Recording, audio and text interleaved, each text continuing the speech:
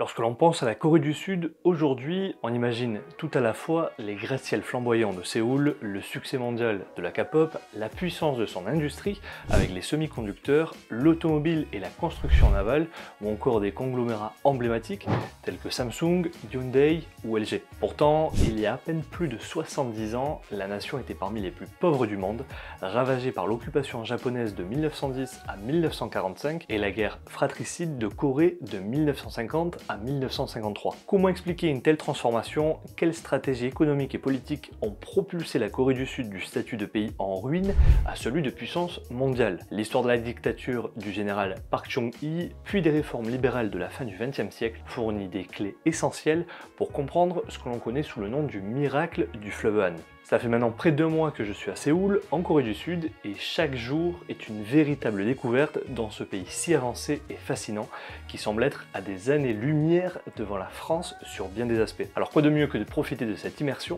pour en faire une vidéo et explorer en profondeur le miracle économique de ce pays, qui fait partie des 4 tigres asiatiques, aux côtés de Taïwan, Singapour et Hong Kong.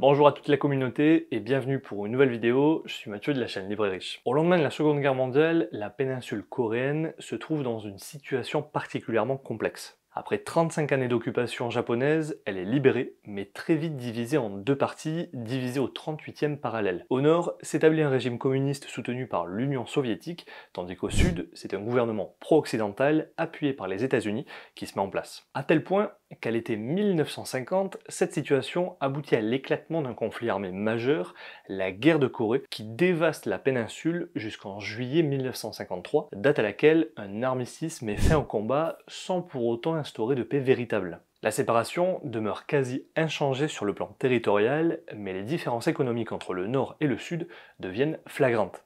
Initialement, plus industrialisé grâce à l'héritage de l'occupation japonaise, le Nord passe sous influence soviétique, tandis que le Sud, marqué par une agriculture rudimentaire et des ressources limitées, se reconstruit grâce à l'aide massive des États-Unis et à des réformes qui poseront les bases de son essor futur. Dans ce contexte, la Corée du Sud connaît une longue période d'instabilité politique et de grande pauvreté. Pour se faire une idée, dans les années 1950, son produit intérieur brut par habitant se situait à un niveau inférieur à celui de pays très défavorisés comme le Soudan, et l'agriculture, encore peu mécanisée, dominait l'ensemble de l'appareil de production. Cette dépendance agricole, couplée à l'instabilité politique, faisait de la Corée du Sud un État fragile, en proie à la corruption et aux fraudes électorales, difficultant sa faculté à s'extirper de la misère. Les aides économiques et humanitaires américaines étaient certes substantielles, mais elles se concentraient essentiellement sur le maintien du régime en place et sur la défense militaire contre la menace communiste, plutôt que sur un réel plan de développement industriel et technologique. Et alors qu'il y a un immense désir de redresser la nation, un groupe de militaires mené par le général Park Chung-hee orchestre un coup d'État le 16 mai 1961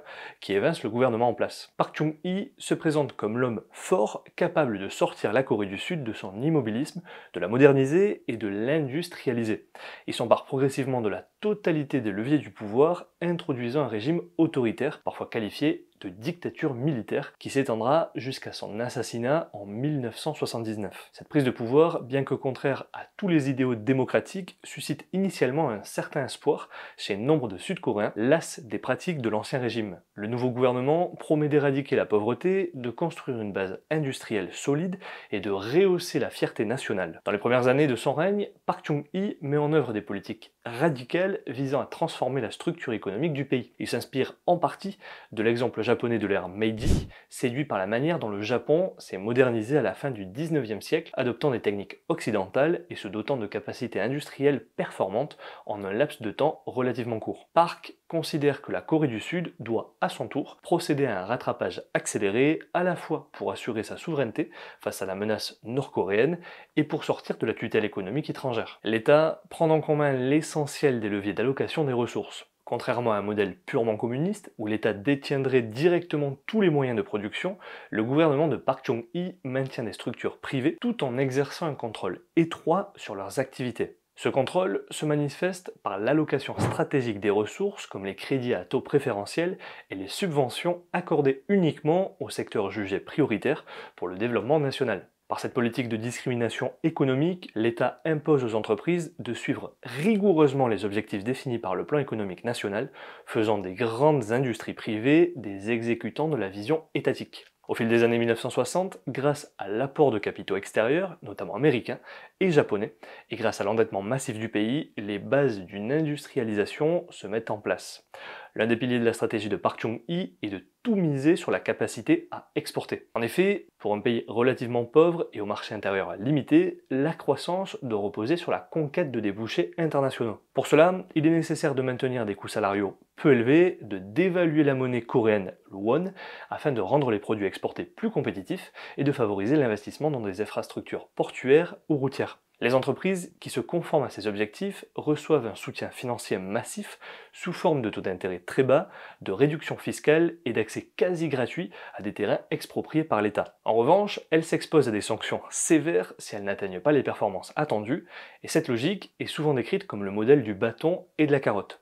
Les récompenses sont considérables pour les industriels performants, mais l'État n'hésite pas à punir parfois par la prison les dirigeants qui ne respectent pas les directives et qui voudraient détourner l'argent public vers des activités spéculatives ou non productives. Dans ce cadre, le marché intérieur reste protégé de la concurrence étrangère pour ce qui relève des biens manufacturés afin de consolider les nouvelles entreprises locales. Les importations, lorsqu'elles sont autorisées, concernent majoritairement des biens d'équipement utiles à l'industrialisation. Au fil de la décennie 1960, le gouvernement cible davantage les secteurs où il estime que la Corée du Sud peut rapidement conquérir des avantages comparatifs comme le textile. Puis, à mesure que la main-d'œuvre acquiert de l'expérience, l'État encourage la montée en gamme.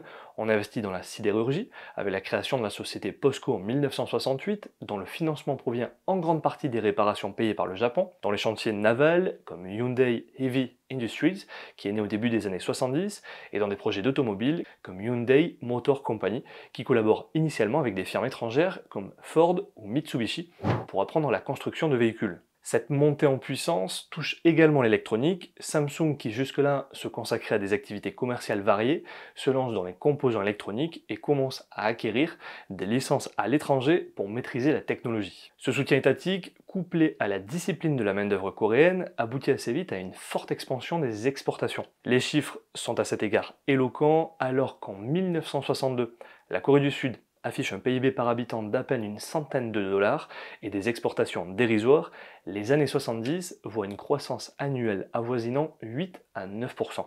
Le volume des exportations passe de quelques centaines de milliers de dollars à plusieurs milliards en moins d'une quinzaine d'années. Les conglomérats industriels, qu'on baptisera chaebol, commencent à dominer le paysage économique. Ces chaebols, tels que Samsung, Hyundai, LG ou Lotte, sont des groupes familiaux dont la structure est tentaculaire. Un même conglomérat peut posséder des filiales dans des secteurs aussi variés que la chimie, la métallurgie, l'électronique, les assurances, la banque, l'automobile, le BTP ou encore le commerce de détail. On voit ainsi apparaître des dynasties familiales exerçant un contrôle sur des pans entiers de la production nationale, tout en étant elles-mêmes fortement redevables à l'État pour l'argent investi dans leur croissance. Cette industrialisation accélérée s'effectue néanmoins au prix de lourds sacrifices en matière de droits et libertés. Le régime de Park Chung-hee réprime vigoureusement les syndicats indépendants et ne tolère pas les grèves susceptibles de provoquer une hausse substantielle des salaires. Les conditions de travail sont souvent très dures. Dans les années 60 et 70, longues journées, rareté de congés, obligation de dépasser le quota de production, etc.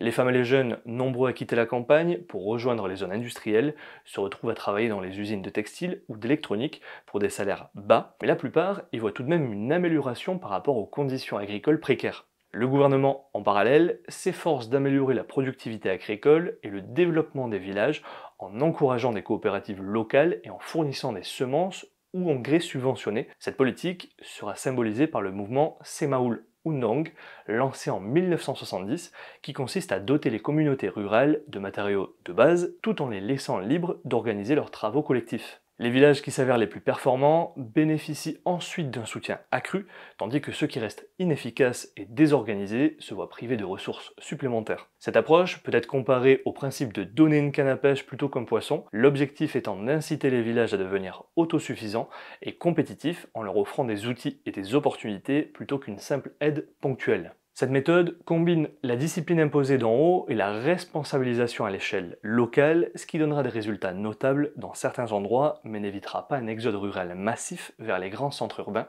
notamment Séoul, Busan et Daegu. Ce mouvement est désormais reconnu comme un modèle pour les pays en développement. En 2011, le président sud-coréen l'a d'ailleurs institutionnalisé en tant que référence pour l'aide publique au développement coréen, consolidant son importance dans la coopération internationale. Au milieu de la décennie 70, la Corée du Sud est déjà considérée comme l'un des pays en développement les plus dynamiques, à l'image des autres tigres asiatiques. Elle surpasse en rythme de croissance un grand nombre d'États d'Afrique, du Moyen-Orient et même d'Amérique latine. Mais l'économie coréenne se caractérise par une forte dépendance envers l'endettement, car la dette extérieure de la Corée du Sud ne cesse de croître à des rythmes exponentiels. Entre 1961 et 1986, la dette extérieure de la Corée du Sud a connu une augmentation spectaculaire, reflétant la stratégie d'industrialisation rapide et de développement économique adoptée par le pays. En termes absolus, la dette extérieure est passée de 83 millions de dollars en 1961 à plus de 44 milliards de dollars en 1986, témoignant de l'ampleur des emprunts nécessaires pour financer les grands projets industriels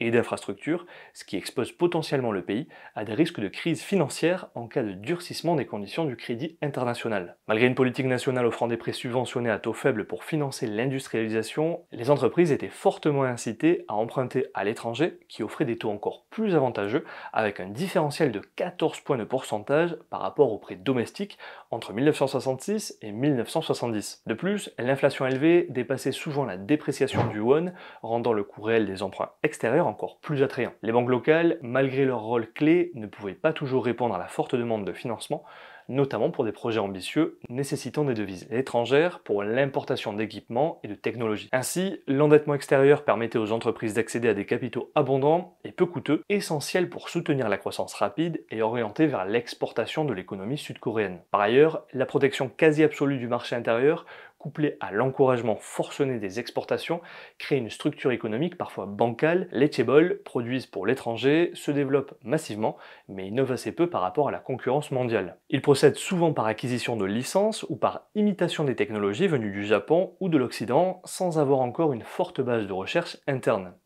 Mais les années 1980 voient déjà un léger infléchissement de la politique économique. Le régime autoritaire ne disparaît pas immédiatement suite à l'assassinat de Park Chung-hee en octobre 1979 par les services secrets coréens, mais il se montre plus sensible aux nécessités d'ouverture commerciale et financière. Sous la pression du gouvernement américain qui cherche à encourager la liberté économique et à freiner les exportations asiatiques trop subventionnées, la Corée est incitée à accepter davantage d'investissements étrangers et à déréglementer certains secteurs. Parallèlement, la montée des salaires devient inévitable car le niveau d'éducation de la population progresse sensiblement et les ouvriers commencent à s'organiser pour revendiquer de meilleures conditions. Ainsi, les années 1980 constituent une année charnière pour l'économie sud-coréenne. D'un côté, les chaebols demeurent très puissants et leur protectionnisme reste élevé. De l'autre, l'État comprend que la production de masse à bas coût ne saurait durer éternellement et que le pays doit miser sur l'innovation, la recherche et le développement pour ne pas se retrouver concurrencé par d'autres économies émergentes. Le gouvernement sud-coréen décide d'encourager la création de centres de recherche, de laboratoires universitaires et de former davantage d'ingénieurs. Dans les années 70, les dépenses en recherche et développement étaient modestes, mais elles ont connu une forte accélération dans les années 80, stimulées à la fois par l'État et les grands conglomérats. Samsung par exemple fonde Samsung Electronics Research Institute et s'intéresse de près à la fabrication de circuits intégrés. LG mise sur l'électroménager et les téléviseurs couleurs et Hyundai développe ses propres modèles automobiles moins dépendants de la technologie japonaise. Aujourd'hui, la Corée du Sud se classe au 4e rang mondial des pays les plus innovants et parmi ceux qui déposent le plus de brevets. Dans le même temps, l'ouverture progressive du marché intérieur permet à des partenaires étrangers de venir investir sur le sol coréen, ce qui contribue à l'introduction de nouvelles méthodes de production et à un échange de savoir-faire. La transition démocratique de la fin des années 80 et du début des années 90, symbolisée par l'élection d'un président civil en 1992, accélère encore cette tendance. À la veille de la crise financière asiatique de 1997, la Corée du Sud était considérée comme l'un des pays les plus performants d'Asie, avec un PIB par habitant d'environ 10 000 $, une progression fulgurante comparée aux 100 $ enregistrés 35 ans auparavant. Les infrastructures, routes, ponts, grands ensembles urbains, réseaux de télécommunications se sont considérablement développés, notamment dans la région de Séoul qui abrite désormais près de la moitié de la population du pays dans son agglomération élargie. Après la crise de 97, la Corée du Sud se redresse de manière spectaculaire et au début des années 2000, le pays profite d'une conjoncture internationale favorable à l'électronique, à l'automobile et à la construction navale, des marchés où elle a acquis une expertise de longue date. Le gouvernement démocratique cherche aussi à promouvoir l'image de la Corée sous un jour plus innovant.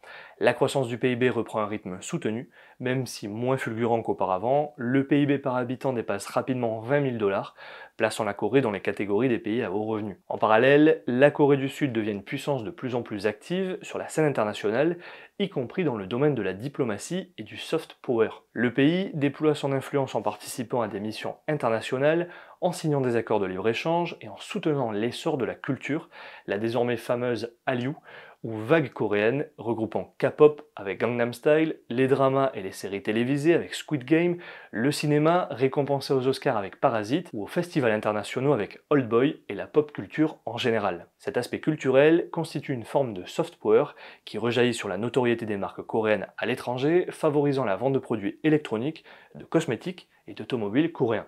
Les touristes se rendent également de plus en plus dans le pays, séduits par ce mélange de haute technologie, de tradition confucéenne et de modernité effervescente. Ce succès contraste d'ailleurs profondément avec la trajectoire de son voisin du Nord, qui, dans les décennies suivant la guerre de Corée, disposait initialement d'une économie plus prospère que celle du Sud, grâce à son industrialisation héritée de l'occupation japonaise et au soutien de l'Union soviétique. Aujourd'hui, la Corée du Sud est une puissance économique et culturelle majeure, tandis que la Corée du Nord reste isolée, marquée par une stagnation économique profonde et un régime autoritaire. Cette divergence spectaculaire illustre les conséquences des choix politiques et économiques opposés pris par les deux nations après leur séparation.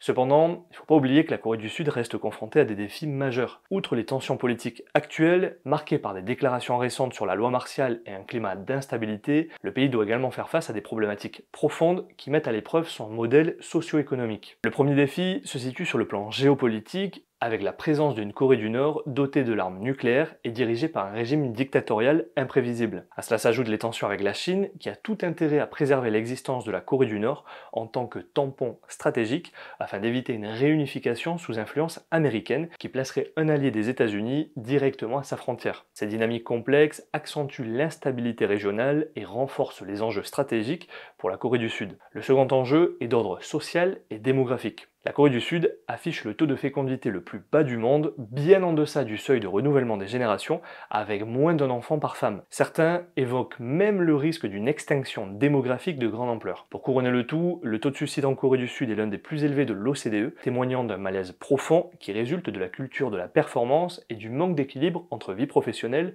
et vie privée. Les congés payés, bien que fixés à 15 jours par an, ne sont presque jamais entièrement utilisés, la moyenne étant de seulement 6 jours pris par an. Bien que la durée légale du travail ait été abaissée à 52 heures par semaine, de nombreux employés continuent de travailler bien au-delà, avec une moyenne annuelle de 1915 heures, parmi les plus élevés des pays de l'OCDE. Ce modèle, loin d'être soutenable, met en lumière une pression sociale et professionnelle intense qui pèse lourdement sur la population. Sur le plan purement économique, la Corée du Sud a conservé sa vocation exportatrice et son savoir-faire industriel, ce qui lui permet de rivaliser dans les secteurs de haute technologie comme les semi-conducteurs, la construction navale, l'automobile et l'électronique, mais en dépit de cette réussite industrielle, la question de la résilience du modèle coréen reste posée. Les Chaebol concentrent une part disproportionnée de la valeur ajoutée et la mainmise des familles fondatrices sur ces entités colossales soulève des problématiques de gouvernance. Par ailleurs, l'État sud-coréen doit gérer des dépenses sociales croissantes car le vieillissement de la population entraîne un besoin accru de services de santé, de retraite et de soutien aux personnes âgées,